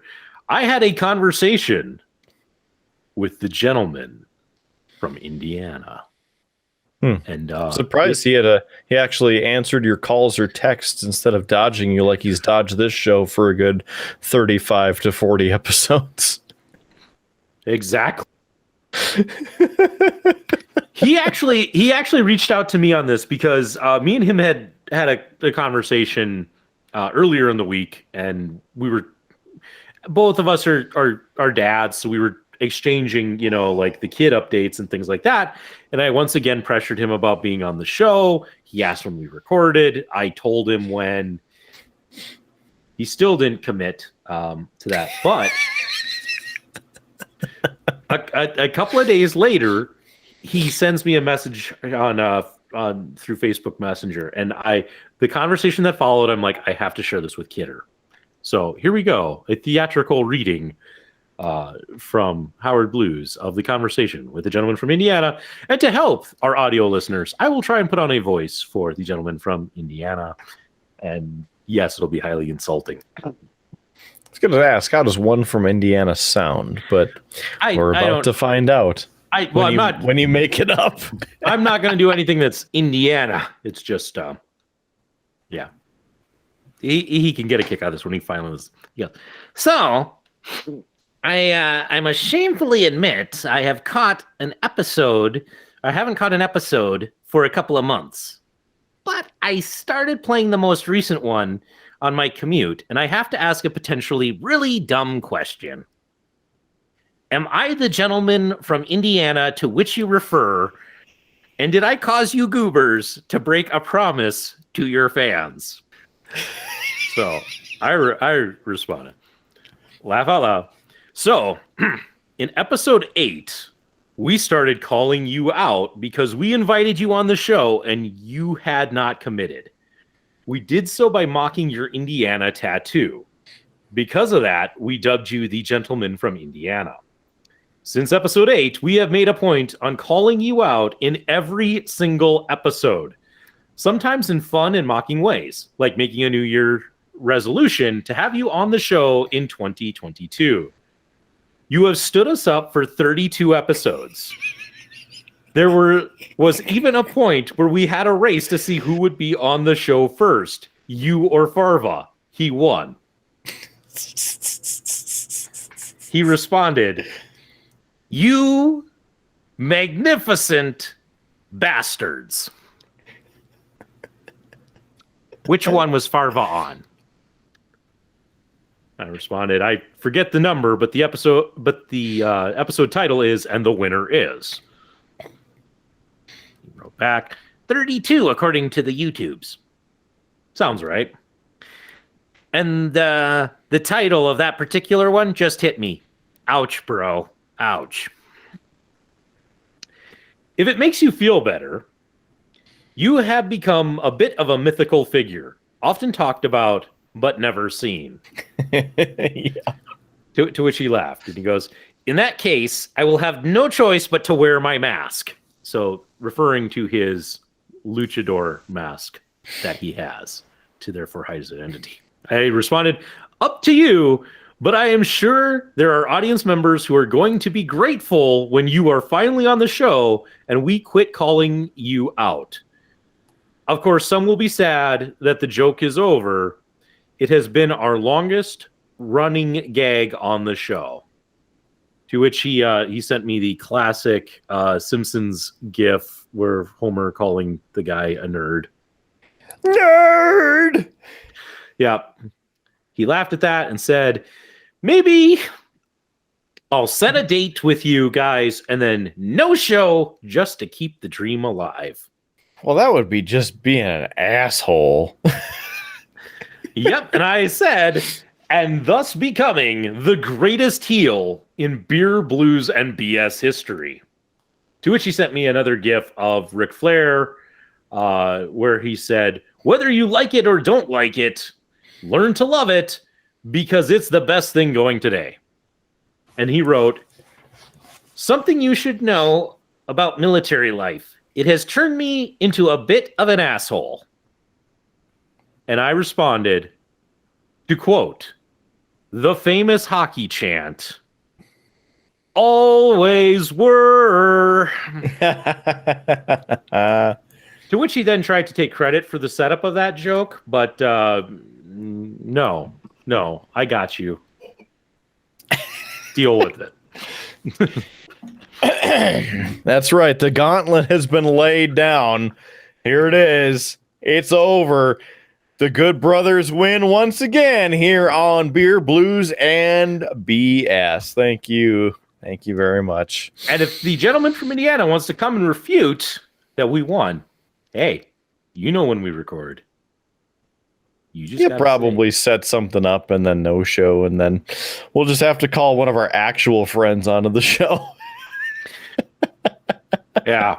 You know what? He'll probably no show. We won't hear from him for a couple of months, and then he'll show up on some like other podcast, like Rum Rock and Rumors, and just do a total expose on us about how we're a total jerk and fired him on his wedding day. Well, you know, things happen. That's just how life works. Yeah. It is what it is. But you know, you make a promise to the faithful Triple B listeners and viewers, and then you let them down. You can't turn your back on the people. I did it for the people. I did it for the Howard. Well, Kidder, I got one more topic to talk about. And I think I've saved a little bit of beer for this one. I haven't shared this with you and such, but kind of throughout November and December, if for anybody who hasn't followed my medical odyssey of this year, go back to episode 2, Plague by Leg. I laid out the details of it, but the short version of it is I in January, February of last year, I get to say now, I was diagnosed with a CIS, a clinically isolated syndrome. It's kind of the first step on the path to MS. And there was a lesion found in my spinal column. It healed isn't quite the right word. There's still a scar there, and it causes me pain on occasion when I'm stressed or tired. Well, Kidder, all throughout the month of November and December, that pain, which nowadays is mostly relegated to like my right foot, began to grow again and started moving up my body again. And on December 15th, got to a point where it was even in my arm, and it was very painful. I left work on the 15th, picked up Howie Jr. From our daycare provider, and man, I questioned if I was going to make it home because I was in so much pain. Other symptoms with that showed up, my legs getting weak, things like that. So I reached out to my neurologist, said, hey, you know, this is back and it's stronger and worse than ever. I even got a new sensation. It was still pain, but it was now pressure. So instead of the hot fire, it was literally like somebody was squeezing my leg. Made it really hard to sleep and things like that. So it was getting bad. And he's like, well, we were going to, at the 1 year mark, have you do an MRI. Let's do it now and find out. So we had to wait a week because I was battling the sinus and ear infection. And for an MRI, you have to lay still, and lay still, in this case, for an hour and a half. So we tried to wait so that hopefully my coughing wouldn't be a problem. So last week, Tuesday, I got to spend an hour and a half in a small confined MRI chamber, this time with no music. So just an hour and a half with my thoughts. It was not great. Also, the head cushion was not great. So man, I ended up with a terrible headache. I was so glad to be out of there. I didn't have a problem with the confined space, but just you're very tense because it's like, man, I don't want to move and screw this up. But this week, Kidder, I had an appointment with the neurologist to go over the MRI, and the basic thing that I got out of it was that it is possible when one has a condition like this that, besides being tired and stressed, illness can actually trigger the symptoms again. There are people who have this who, when you get a cold, an infection, the flu, it can cause all of your symptoms to trigger and seem like a flare-up. The good news is my MRI was clean. If it had been MS, here at the year mark, they would have found in my brain probably 10 to 12 new scars throughout my brain, but there was none. So the good news is it was probably just the sinus infection and ear infection that triggered everything. I am still looking good. I'm still at a high risk for it, but right now I'm in good health, and minus the cough. But I'm in good health, and being on all the antibiotics for the infection and the week of rest from work, even all of those symptoms that I was feeling have dissipated. I still have the hot foot, but that just never really goes away. So it was some great news, Kidder, for this week. I was very excited about that. And so a cheers to my health, and glad that I'm continuing to win in that battle. But I wanted to share that with you. I hadn't had a chance to tell you that. So, well, thanks for telling me and everybody else watching and listening to the show. Always hoping for the best for you, and happy that you are on the path to staying or getting better. So good news.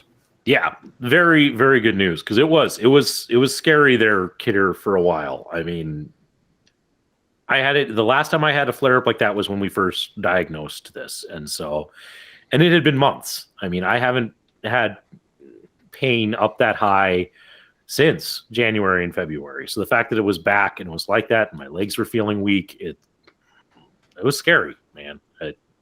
If I get that diagnosis of MS, I mean, that's going to be a game changer. And so hopefully I continue, as my neurologist put it, he goes, "You're healthy, go live life and just keep in touch." So good news. Wonderful. And a great way to maybe wrap up this episode, Kidder, because we've been talking for quite a while.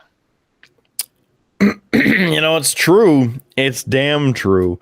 So let's put a nice little tidy bow on this thing. First of all, again, saying good. Keep up the good work of staying healthy, and happy to hear that. Very, very good news. So, on the list of things to talk about, join us at our website, beerbluesbs.com, your home for this show in cyberspace. That's right, the show, the Triple B, Beer Blues and BS. You can find on our website home, beerbluesbs.com. While you're there, you can see all kinds of cool stuff, including the merch store. You can buy us a beer or a round, perhaps, and drop us a message. You can join our Facebook page and find our YouTube page, as well as our Podbean homepage, if you will, with all the audio versions of this show Again, beerbluesbs.com. So please check it out if you would. Aside from that, if you want to listen to the audio version of this show, we are anywhere and everywhere that audio versions of shows are hosted. That's right. We're on all kinds of cool stuff, including the Google Play Store under Google Podcasts, Apple Podcasts, iTunes, Spotify, iHeartRadio, Pandora, Amazon Music, Stitcher, TuneIn, IMDb, and Player FM. All of those and much, much more at your fingertips. Just go to beerbluesbs.com and start your Triple B journey right there on our homepage.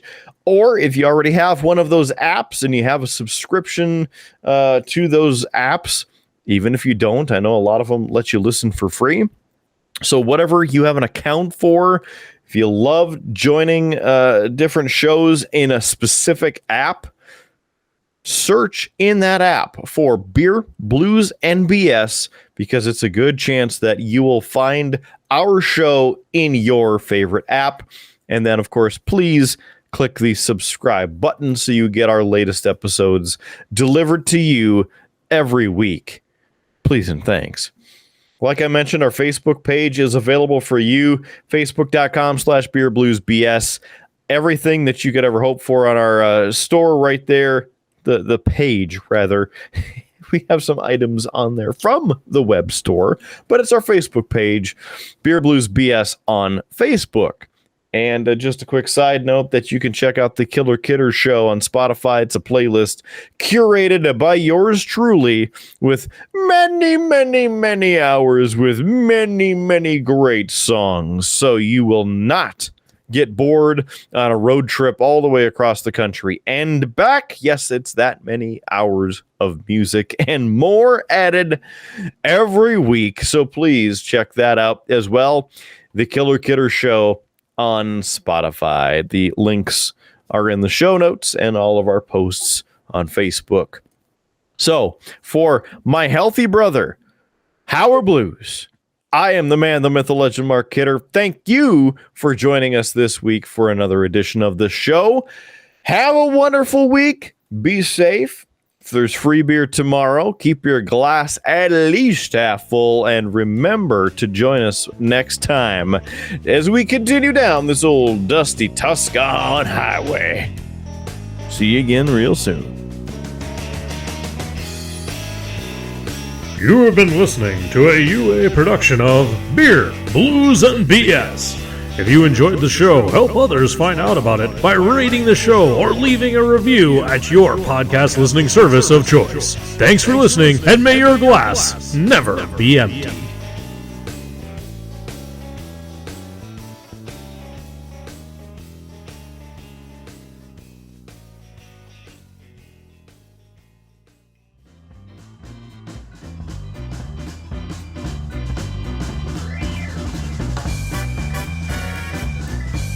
UA Productions presents A Glimpse Behind the Curtain.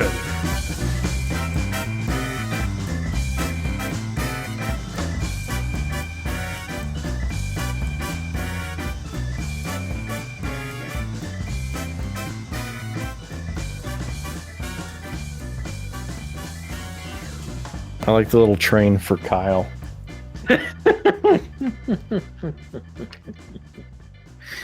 There's a sound effect for that too, because it was, you had asked him if he could drive the train at the zoo.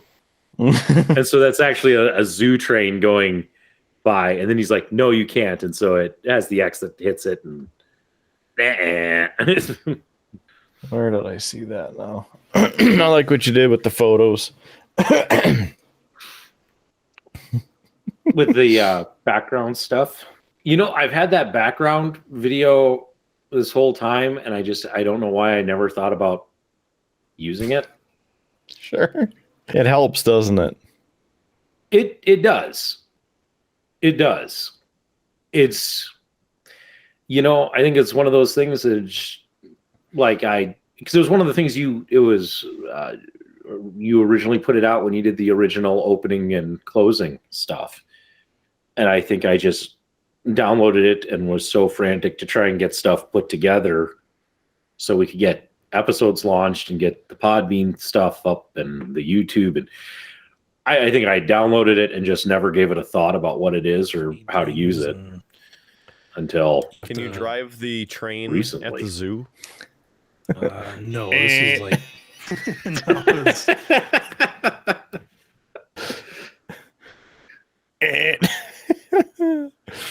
Oh, It's actually gosh.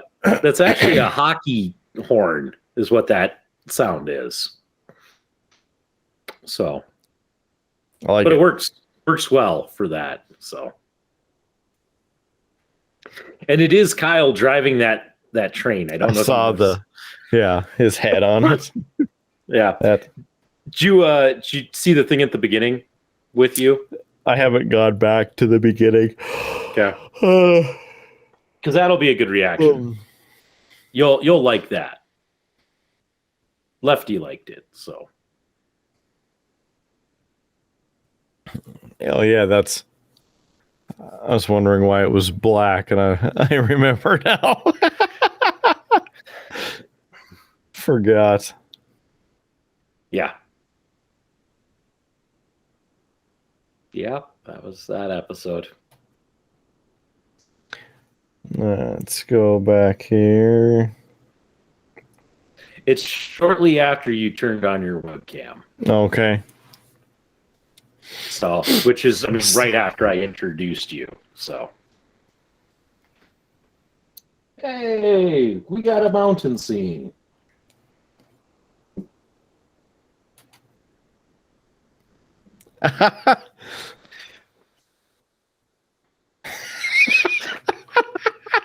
Are you kidding me? You, Oh my gosh. What? yeah, you froze is what happened. Like, and so it was just the logo of you, and I'm like, well, that's not fun. So I put the little Future Howard and grabbed a quick screenshot and just put it in. So That's just hilarious because it's like it's been black the whole time and it turned it on and then what does it do? Freeze.